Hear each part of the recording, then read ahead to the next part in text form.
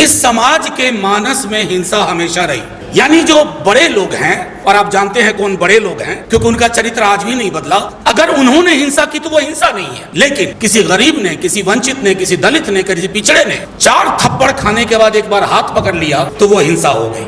हमारी पूरी राजनीति इस पायरोमैनिएक नाम के जंतुओं के हाथ में आ गई, जिन्हें शांति पसंद नहीं है, अमन पसंद नहीं है, जो विदेश जाकर के कहेंगे वसुधैव कुटुंबकम, लेकिन देश की धरती पर अपने कुटुंबों के बीच में आग लगाएंगे। जितना कीचड़ फैलाओगे कमल खिलेगा। आपका कमल कीचड़ और पानी में नहीं खिल रहा है, ये आग में खिल रहा है। आप आग लगाते हो और वोट की फसल काटते हो। आप सब तैयार रहिए, ये वायलेंस फ्री इंडिया हम सब चाहते हैं, लेकिन तैयार रहिए, बहुत हिंसा होने वाली है। कहीं जाति के नाम पे होगी, कहीं दलित मारा जाएगा और मुसलमान तो मारा जा ही रहा है।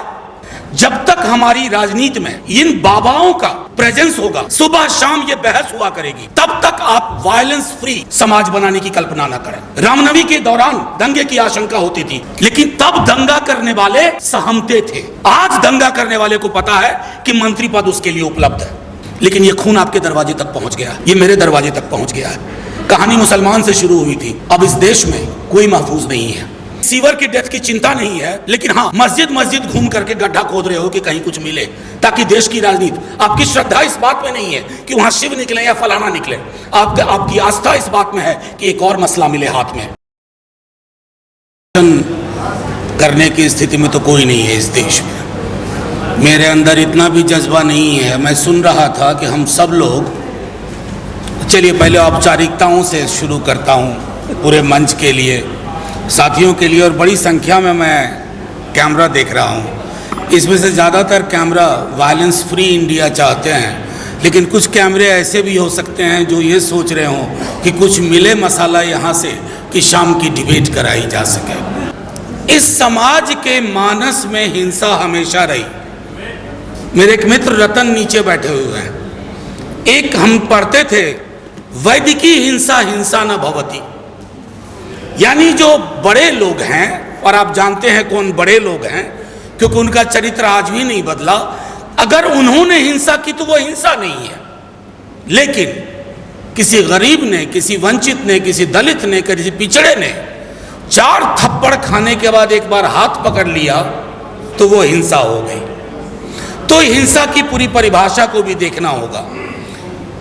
एक छोटी सी कहानी से शुरू करता हूं, बहुत 2-4 मोटा मोटी चीजें बोल करके। एक राजा था, उसे आग लगाने का बड़ा शौक था। उसे हरियाली अच्छी नहीं लगती थी, वो आग लगाता था। और कमाल थी कि उसके पास बाकी चीज की कमी हो जाए, एक जेब में पेट्रोल और दूसरे जेब में लाइटर हमेशा हुआ करता था। तो लोग उससे प्रयोग करवाते थे, देखो यहां आज तक कभी आग नहीं लगी है। तो राजा कहता था मुझे 15 दिन का वक्त दो, मैं यहां आग लगा के दिखा दूंगा। राजा के दरबारियों को भी लगा कि राजा को आग लगवाना बड़ा पसंद है। तो दरबारी लोग भी आग लगाने और लगवाने लगे। उनके पास भी पेट्रोल और लाइटर पहुंचने लगा। अंग्रेजी में एक शब्द है पायरोमैनिएक, वैसा व्यक्ति जिसको आग लगाने का शौक हो। हमारी पूरी राजनीति इस पायरोमैनिएक नाम के जंतुओं के हाथ में आ गई है, जिन्हें शांति पसंद नहीं है, अमन पसंद नहीं है, जो विदेश जाकर के कहेंगे वसुधैव कुटुंबकम, लेकिन देश की धरती पर अपने कुटुंबों के बीच में आग लगाएंगे। कोई कहते थे जितना कीचड़ फैलाओगे कमल खिलेगा। आपका कमल कीचड़ और पानी में नहीं खिल रहा है, ये आग में खिल रहा है। आप आग लगाते हो और वोट की फसल काटते हो। मणिपुर की आग को देख के आया हूं, गुजरात की आग देखी है, अभी नूह मेवात में वो आग दिख रहा है। आप सब तैयार रहिए, ये वायलेंस फ्री इंडिया हम सब चाहते हैं, लेकिन तैयार रहिए, बहुत हिंसा होने वाली है। कहीं जाति के नाम पे होगी, कहीं दलित मारा जाएगा और मुसलमान तो मारा जा ही रहा है। आपकी कोशिश सिर्फ चुनाव जीतना नहीं होना चाहिए। अब क्या करेंगे, एक पार्टी है, उस पर थोड़ा भरोसा होता है, वो भी वैसे दिखने लगती है। जब तक हमारी राजनीति में इन बाबाओं का प्रेजेंस होगा, सुबह शाम ये बहस हुआ करेगी, तब तक आप वायलेंस फ्री समाज बनाने की कल्पना ना करें। उसको व्यूअरशिप कौन देता है? हमारे आप जैसे ही लोग, हम नहीं, आप नहीं, लेकिन हमारे जैसे लोग, हमारे भाई, हमारे कुटुंब, हमारे दोस्त उसको वैल्यू देते हैं। नतीजे में क्या हासिल हो रहा है? देखिए, हिंसा जो होती है उसके पहले एक भाषाई हिंसा होती है। जुबान देख लीजिए लोगों की, किस तरह की जुबान से बात होती है। मैं नहीं कहता कि पहले दंगे नहीं होते थे, पहले भी होते थे। जब हम छात्र जीवन में थे तब भी दंगे होते थे। मैं रांची में पढ़ता था, रामनवमी के दौरान दंगे की आशंका होती थी रांची और जमशेदपुर में, लेकिन तब दंगा करने वाले सहमते थे। आज दंगा करने वाले को पता है कि मंत्री पद उसके लिए उपलब्ध है, वो दंगा करेगा, उसकी पॉलिटिकल प्रीमियम बढ़ेगी। दंगा और हिंसा हमारे समाज में नॉर्मलाइज हो गई है। ये चिंता का विषय है। जिस दिन उस व्यक्ति चेतन सिंह ने गोलियां मारी ट्रेन के अंदर, मैंने 10 मिनट के अंदर कहा था कि लोग इसको विक्षिप्त बताएंगे। ऐसा हुआ भी। लोगों ने कहा मानसिक रोगी है, डिप्रेशन में चल रहा था। आपने करोड़ों की तादाद में ऐसे मानसिक रोगी इस देश में पैदा कर दिए हैं।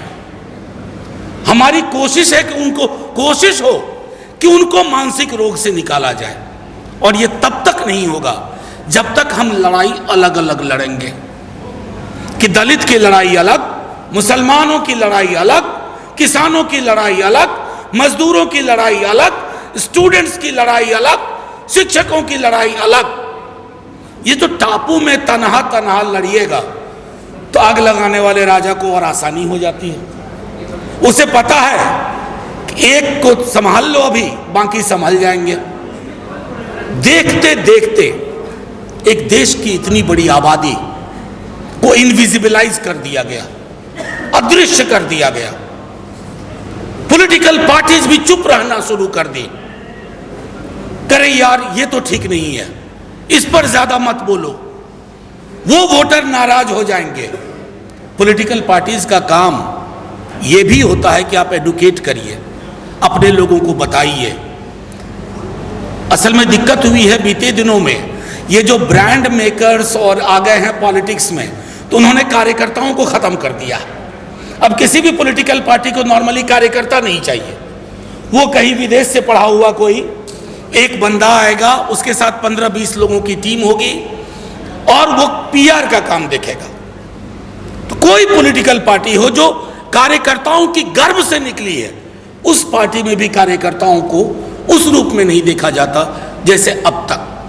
मैं सिर्फ इतना कहूंगा कि साथियों, प्रेस के दोस्त, मुझे पता है कि अंग्रेजी में एक कहावत थी, if it bleeds it leads, यानी खून बहता है तो पढ़ा ज्यादा जाता है। मैं प्रिंट के दौर की बात कर, लेकिन ये खून आपके दरवाजे तक पहुंच गया है, ये मेरे दरवाजे तक पहुंच गया है।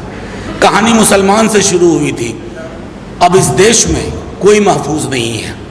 मणिपुर में वो जो वीडियो आपने देखे होंगे, सोच के देखिएगा एक बार, 1 मिनट के लिए, रात में सोते वक्त, ये मेरी बेटी हो, आपकी बेटी हो, मेरी बहन हो, आपकी बहन हो। हिंसा के लिए जब तक आप पराया दृष्टिकोण अपनाएंगे, हम पराया दृष्टिकोण अपनाएंगे कि ये मणिपुर में हो रहा है, ये मेवात में हो रहा है, ये फलाना 1000 साल तक हम पर रूल किए, इसलिए अगर हम बदला ले रहे हैं तो ये सही है। अभी पीछे दिनों बड़े बड़े लोगों को न जाने क्या होता जा रहा है। भाई ने कहा ही, बहन ने बोला संविधान। अब कोई आप सोचते होंगे कि पीएम ने अपने को डिसोसिएट कर लिया कि मेरा आधिकारिक इनका बयान नहीं है। माफ कीजिएगा, ये बड़े उस्ताद लोग हैं। ये इतने उस्ताद हैं कि ठहरे हुए पानी में कंकड़ मारते हैं और देखते हैं लहर कितनी हुई। आज विवेक देबरॉय ने कहा है, पहले आनंद जी ने कहा था, यकीन मानिए 6 महीने के अंदर 3-4 और लोग बोलेंगे कि अब ये संविधान पुराना हो गया है। जैसे हम नया फर्नीचर खरीदते हैं नए घर के लिए, तो ये जो नया भारत है उसके लिए नया फर्नीचर यानी नया संविधान। उस संविधान नया वाले से होगा क्या? उसमें प्रस्तावना की जगह सेंगोल होगा, और जैसे ही प्रस्तावना की जगह सेंगोल हुआ हमारी सारी लड़ाइयों की संभावनाएं खत्म। अब मैं आखिरी टिप्पणी करके मैंने उनके साथ काम भी किया है, बड़े नेता हैं, बहुत हमेशा मंत्री ही रहे, गुलाम नबी आज़ाद साहब। अब उन्होंने कहा कि सारे मुसलमान हैं कश्मीर में या फलाना जगह, वो सब हिंदू थे। ये इतिहास में जाकर के गड्ढा खोदने का जो काम शुरू हुआ है, एक तरफ तो आप चंद्रमा जा रहे हो, मंगलयान जा रहे हो, और जैसा आपने कहा कि सीवर की डेथ की चिंता नहीं है, लेकिन हाँ मस्जिद घूम करके गड्ढा खोद रहे हो कि कहीं कुछ मिले, ताकि देश की राजनीति, आपकी श्रद्धा इस बात में नहीं है कि वहां शिव निकले या फलाना निकले, आपकी आस्था इस बात में है कि एक और मसला मिले, हाथ में एक और मसाला मिले, ताकि 10 बरस के लिए और आग लगाएं। पेट्रोल और लाइटर है ही। तो मैंने सिर्फ इतना आग्रह किया, और हम उस धारा के लोग हैं, पृथ्वी पे धर्म पहले नहीं आया, भगवान नहीं आए, इंसान आए। इंसान को धर्म में और भगवान में बांटने का काम किसी इंसान ने किया। इसलिए ये कहानी शुरू करोगे हम ये भी पूछ लेंगे कि इस देश के तमाम बौद्ध स्तूप कहाँ गायब हो गए, कौन खा गया उनको, जमीन निकल गई या आसमान खा गया। तो इतिहास में उल्टे पांव की यात्रा से कुछ हासिल नहीं होगा सिवाय हिंसा के, और इस हिंसा का समाधान, माफ कीजिएगा नवेद साहब, 24 के चुनाव के नतीजों में नहीं है। चुनाव अंगगणित होता है, अंगगणित से आप जीत जाते हैं, लेकिन काम करने की जरूरत है मनोविज्ञान पे, जहां हम नहीं कर पा रहे हैं। जितने भी कम्युनल आउटफिट्स हैं उनके पास कितने तरह के सिंबल हैं। हम तमाम सेक्युलर लोग, बहुजन समाज की राजनीति करने वाले लोग, हमारे पास सिंबल्स नहीं है। हम अपनी राजनीति करना जानते ही नहीं और ना सीखना चाहते हैं। पीआर एजेंट्स के हाथ में अपनी राजनीतिक किस्मत हमने दे दी है। जब तक उनके हाथ से वो किस्मत की चाबी नहीं लेंगे, हिंसा मुक्त समाज नहीं होगा। जय हिंद, जय भीम, जय भारत।